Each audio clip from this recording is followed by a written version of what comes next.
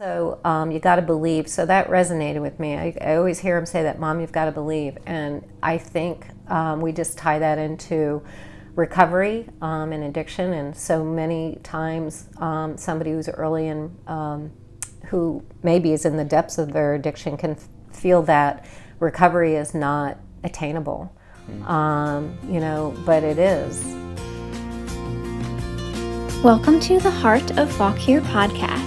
We're here to highlight the stories of local business owners around the area because we believe that business owners are at the heart of any community. It's not just about bringing awareness to the businesses, but seeing the faces, hearing the stories, and learning the mindsets behind the success. Now let's join our host Austin, owner of Bedrosian Cleaning Services, with today's special guest. Welcome to the Heart of Fauquier. Today we have a special episode with Moira Satre, and we're going to talk about her nonprofit organization that she founded and runs now. And let's kind of jump right into things. It's called Come As You Are Coalition, so CAYA for short. Maybe you've seen it around or in things. They have a really cool 5K coming up in a few weeks that we'll talk about a little bit later. But just to get started, Moira, if you could say a little bit about what you guys do at Come As You Are Coalition, and then we'll go from there. Okay. Well, our mission is to connect anyone who's been impacted by addiction to support and treatment resources. The other half of what we do is we collaborate with community organizations to support prevention programs in the community. So it's kind of a two-part mission. Got it. Awesome. Yeah. And I know you also have quite a unique story as to why you started CAYA with your son Bobby, that we have a cool portrait here of. If you could tell a little bit about Bobby's story, and also for listeners, just kind of as a warning, we're not going to bring up a lot of specific things, but if there are things that trigger you, we are going to talk a little bit about stories that have to do with substance abuse and things of that nature, just as a little bit of a warning for you guys, but also a lot of great things with hope and recovery. So if you could tell a little bit of Bobby's story and why CAYA came to be. Bobby died of a heroin overdose in April of 2015, and I was working as a nurse. I had been working for 37 years. I took a few weeks off from work after he died. I went back to work, and I just had this overwhelming feeling that I didn't really belong there anymore. I just didn't feel right anymore. So I just really thought about that quite a bit, and I thought, well, what do I want to do? And I just kept coming back to what we had dealt with and his addiction, which spanned over 13 years. When it started with smoking marijuana in high school, but that was like very end of his senior year that we discovered that. And then, of course, he went off to college, went to James Madison University, and so, we didn't see him every day. Right. But one day he called us, and he was in tears, and he had been up for days, and it was crystal meth that he had been involved with. And then one thing led to another, and we discovered that he was using heroin, which really just got me to the core, because I thought, when somebody goes to using a needle and injecting a substance into their body, to me it was like, okay, that's the worst. And it was just like, I couldn't believe it was happening to our family. And initially I didn't want to tell anybody. I felt shame, and I was just didn't, none of my friends, I knew none of my friends had any of this happening in their family. So all that stigma thing came into play for me personally, because I didn't want anybody to know. I didn't want my family to know, my parents, brothers, sister. So we dealt with it privately. That was very hard because it was a very lonely place for me to be. We did get him into rehab, 30-day rehab. He went back to school, again, got into problems. Then he came home, started working, went to community college, ended up getting his associate's degree. How do you condense 13 years? Ended up getting into trouble again with drugs. overdosed several times, and one time was in the ICU on life support for 3 days. Just those years are very chaotic years. He overdosed in our house several times. I saw the EMTs shooting him up with Narcan. It was just horrendous. Interesting, I have to say this because it just really opened my eyes to how a drug addict struggles. But we were in this very room one evening when he said to me he didn't know if he was going to live to be very old. Wow. And that's what I said. I was like, wow, why would you say that? He goes, I don't know, Mom. It's just this feeling I have. And he did say that the drugs crept into his brain, his dreams at night, just the thought of it. So there was a lack of control. Right. So now that he isn't with us anymore, that means so much more to me now about the struggle. And I think what he was trying to tell me was he wasn't sure that he would always have the strength to fight that feeling and that struggle. And so when he did die, and it's strange, I tell you, you go through all these crazy things in your brain when you're dealing with somebody in your family who you love who struggles with addiction. You almost, believe it or not, I planned his funeral in my brain because I thought, what if that did happen? What if that did happen? And you worry even when things are going along so well, you're waiting for the shoe to drop. There is that constant fear of what if they relapse again? You just have that worry all the time. And so then when it did happen and my husband was on a trip, and so I was by myself, it was kind of like, here it is. Yeah. Unbelievable. But still, then that worry was then replaced with grief, just tremendous grief, which I still have. But yeah, so it's just tough, very tough. So then when I went back to work, I realized, I just had this big pull. Like I felt like I wanted to give families what I didn't have because there was nothing around here to help. I felt very alone. I didn't know where to get help. I didn't have anybody to talk to for support. So I felt a real strong need to give families what we didn't have. And that was an easier way to find help. I spent days on the internet trying to find rehab, days, weeks, and somebody to talk to that knew what I was going through. So that was really what drove me to start CAYA. Yeah. Yeah. Absolutely, and that's a strong reason. Yeah. So, and it's hard enough to go reach out for help even if you know where to go.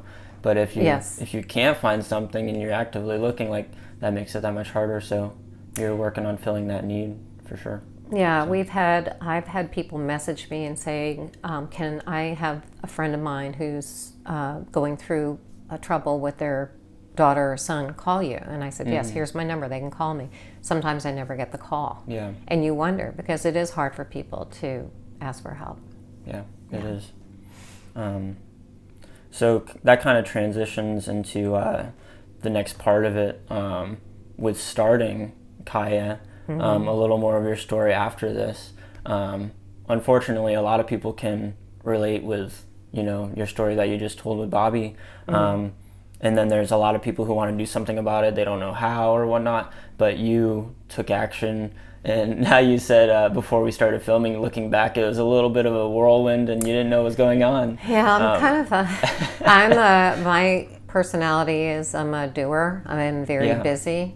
I'm just always busy throughout the day.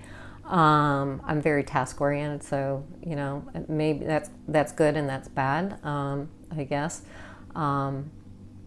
Looking back now, I think that was my way of dealing with grief, was becoming very task oriented and creating this organization, which is a good thing. But I really didn't know what I was doing. I worked as a nurse, so I had no idea of what to do starting a nonprofit. So I decided somebody had told me about two groups. One was Healthy Culpeper, that used to meet at the Culpeper Hospital now meets, now it meets virtually, obviously, with COVID, but was meeting at the Culpeper Baptist Church, and then PCR, Partnership for Community Resources, which was meeting at the Fauquier Hospital, but now is also virtual. And those were great networking opportunities for me because it's a group of nonprofits, and they get together and they share information. It's a great way for somebody like me who knew nothing about what I was doing to get started. People said, oh, you should talk to this person, you should talk to this person. And so that's what I did. And then that's how I kind of got the ball rolling. And then initially we were under the Rappahannock Rapidan Community Services Board. They were our fiscal agent, and so we didn't have our own 501c3. We operated under them as a coalition. But then I realized that I kind of wanted to get our own 501c3, so we made that application, got that done. That kind of was finalized in, I think, December of 2017, I think it was, but I'm not sure about that date. Probably 2017 was when it was finalized because we started CAYA in February of 2016. Okay. So then we got our 501c3, and then we just started, I got a board together, and everything, again, I'm still learning. Yeah. It was not an easy process and still isn't. But I'll tell you, I have met some fantastic people in the community, and I really do love being involved in the community. Yeah, it's been sure. great. Yeah. And you're making a difference, so. Hopefully. Yeah, Mm-hmm. I'm sure you are. Yeah. So with your guys' mission, what are some different ways of prevention and healing that you guys promote or that you are active in with CAYA? Well, we have had our finger in a lot of pots in the last 6 years. Our approach is a very broad approach. We cast our net very broadly in prevention. So we have made a lot of donations to a lot of different organizations, but we feel that not only specifically with substance abuse, but anything that has to do with mental health and mental wellness is supporting that is a prevention. So we have done a lot of different things over the years. We have sent teams of high school kids to the ADAP conference at Longwood University, and that stands for Youth Alcohol Drug Abuse Prevention Project. And those kids will learn, they get to go to the university for a week and engage with other students from across the state of Virginia, and they get to listen to speakers, and they create a prevention project of their own and bring it back to school, and and get that started within their own school. Okay. So it's peer-led. It's really a great project. Yeah. So we have sent teams to do that.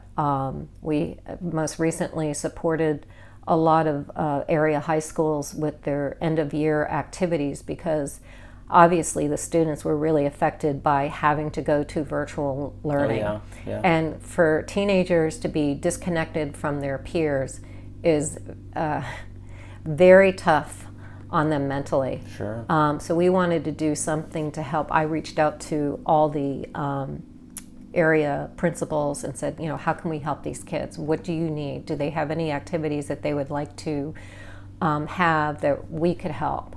So we did help them with, they put on some different types of homecoming type parties. Everything had to be adjusted. Nothing could be like, in the inside like it used to be. It was moved out into parking lots, but obviously with that came increased costs of how to juggle these things. So we helped with those kinds of activities. Verdun, we have a very strong relationship with Verdun Adventure Bound, which is where our race is going to be this year and has been for the last 6 years. They have so much programming there that targets at-risk youth, all kinds of programs.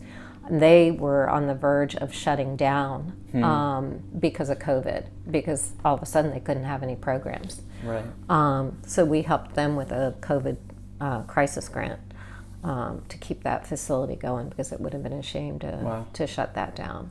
But they also have a program that they launched that really hasn't been able to get momentum, and that's called SOAR, Project SOAR, and that's Success in Overcoming Adversity with Recovery.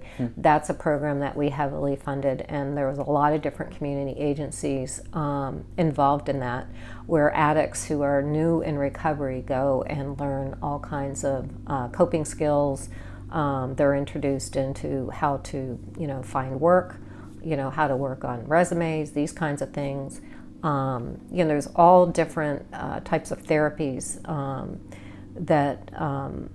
that's introduced, and all kinds of wonderful activities that they get to engage in.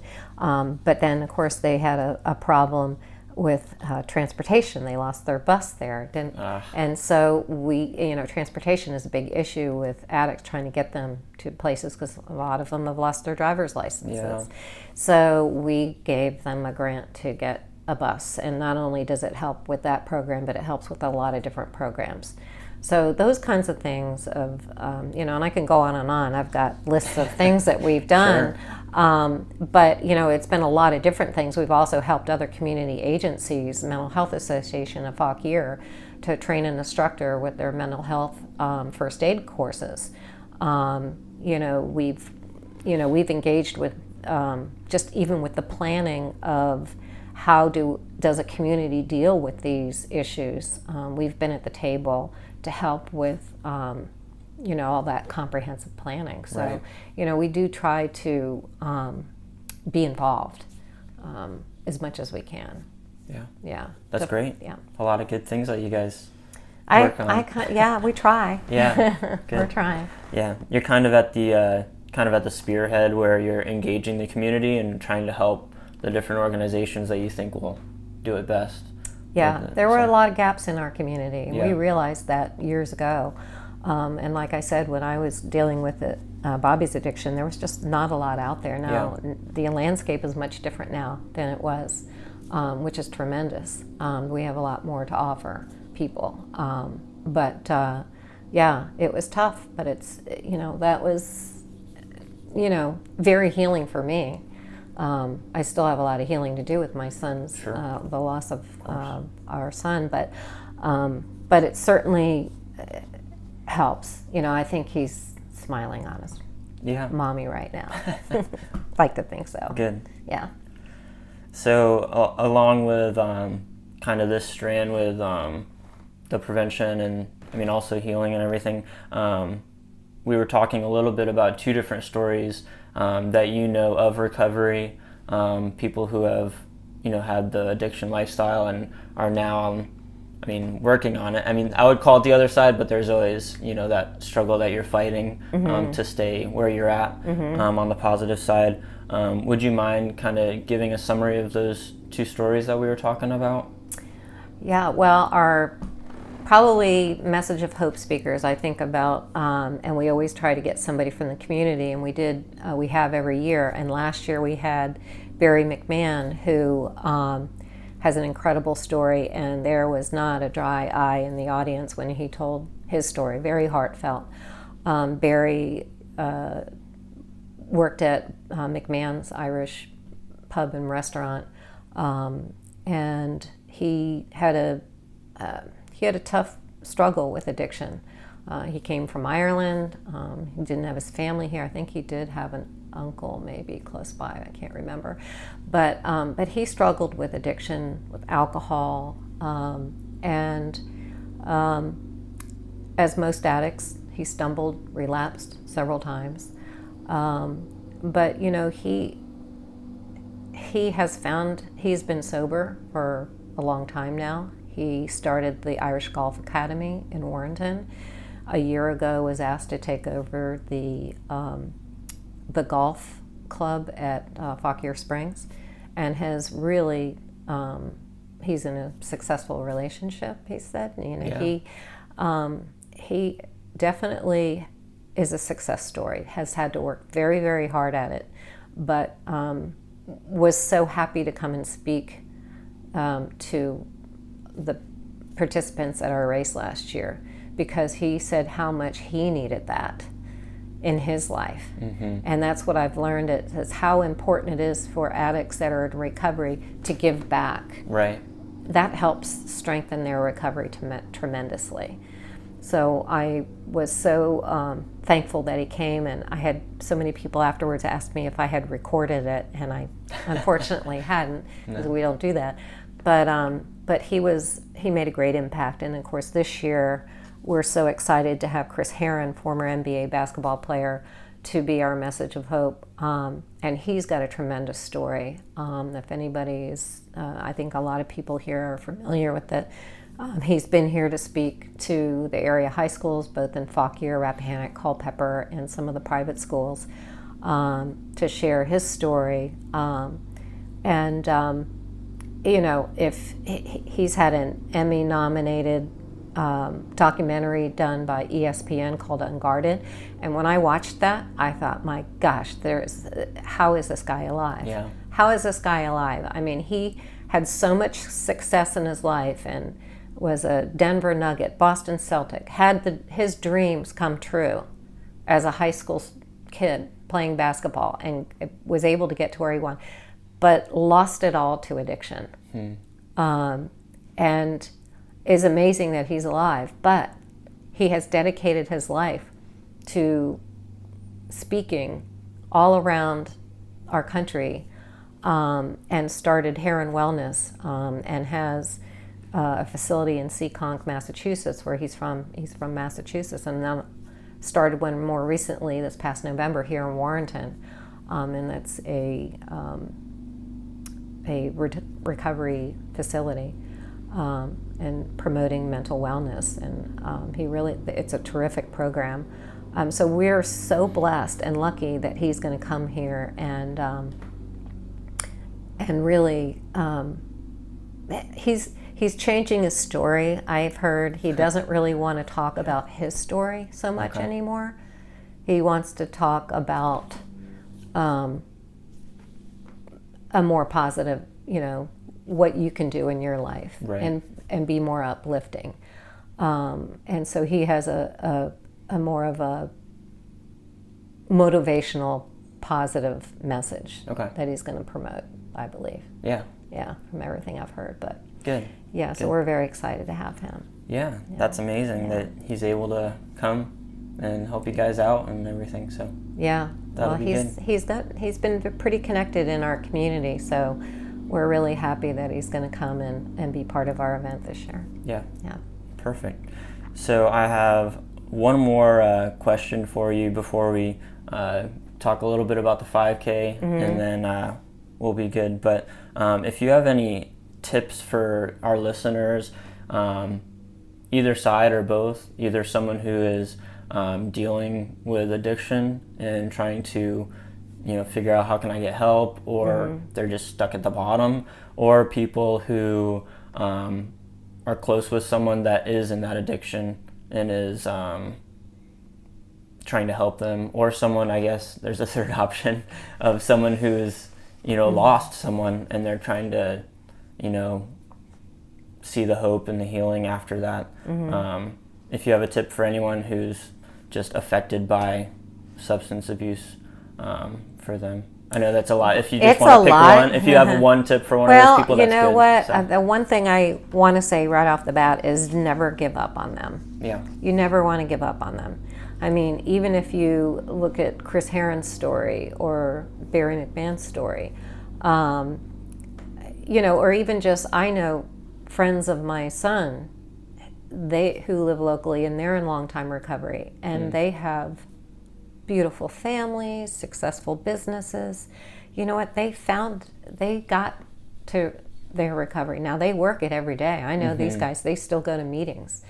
So never give up. That is the number one. I mean, they can frustrate the hell out of you. And you think, my gosh, over and over and over and over again, you feel like you're just beating your head against the wall. But at some point, there will be hopefully a turning point, and they need that support system. That is just so important, is just to never give up on them. And as far as maybe a family member or anybody who's dealing with somebody who's frustrated and needs to talk to someone, there was a family support group, Families Overcoming Drug Addiction. No, I'm not even saying that right. FODA. Caroline Falker started FODA. Okay. But that was a support group that started, and Caroline met each other because she lost her daughter a few months after Bobby died. And, we just kind of found each other, and she wanted to start a support group for anybody who needed support. And we used to meet at Fauquier Hospital. And that was great because, that was a great place to be, a safe place to be, that you could talk and everybody had a chance to talk. And we helped each other. Unfortunately, COVID's hit, but we still will meet with people. And Caroline and we've both met with people individually out at Panera or different places. Mm-hmm. And so that support is still there, and we are willing to meet with people. We met with a young woman who lost her daughter and now has her daughter's child to take care of. And we met with her recently, and our heart goes out to this. I can remember being in that place, that really raw, grief-stricken place. Right. But there is help out there, and they can find that through our website, CAYAcoalition.org, and we will get them the help. We're very connected. We have a lot of people that we know that are willing to talk and help you. We have different agencies and organizations that we can steer you to. So we're willing to do that.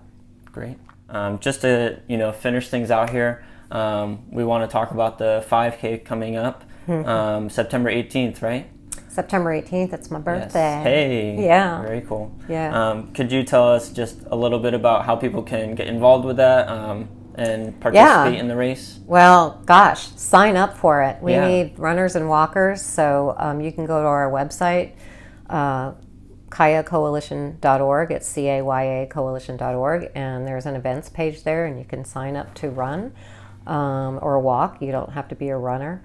The gates open at 7:30 in the morning, and the race starts at 9 o'clock, and we're going to do a 15-minute start time because of COVID. We're going to give the runners, get them off first, and the walkers second, but you have 15 minutes to cross the start line. And we're going to have food by Baby Jim's. They had some great breakfast sandwiches, cheeseburgers, hamburgers, and crab cake sandwiches. So they're going to be back doing that.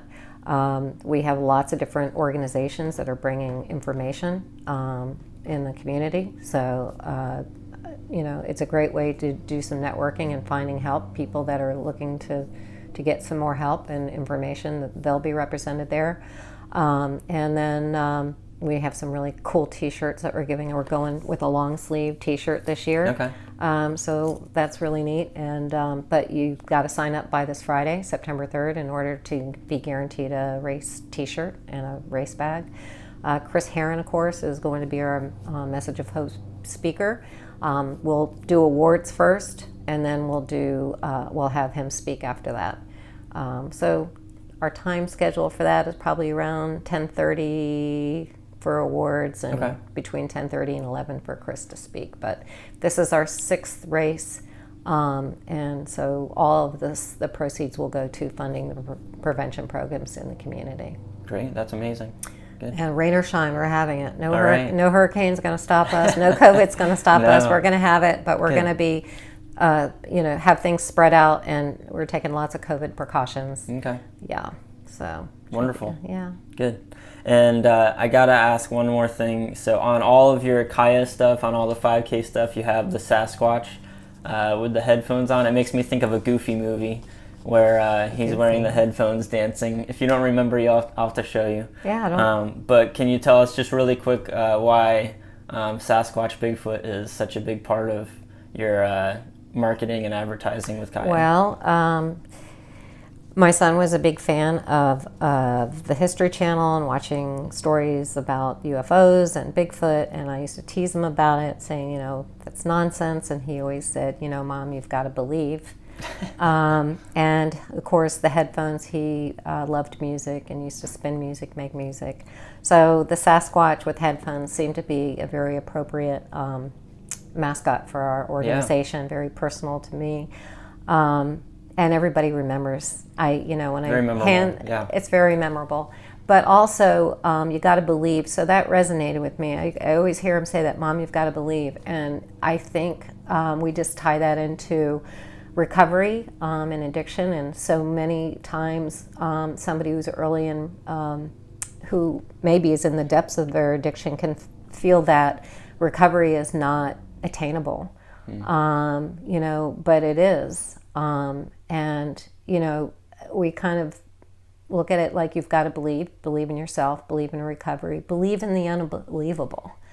And it's so important. And so we just felt that was a great way to tie things into our organization. Yeah. It's great. Yeah. So thank you so much for your time, Moira.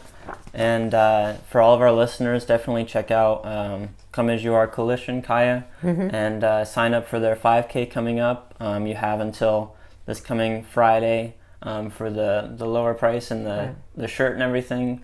And so definitely want to see you guys out there. And thank you for your support of CAYA and also the Heart of Fauquier. And we'll see you guys next time. Thank you. Thank you for joining us for today's episode of The Heart of Fauquier. If you loved joining us today, give this podcast a great review and subscribe to keep up with new episodes. If you have an office in Fauquier that needs a cleaning service, reach out to Bedrosian Cleaning Services and see how they can serve you. Until next time, thanks for listening.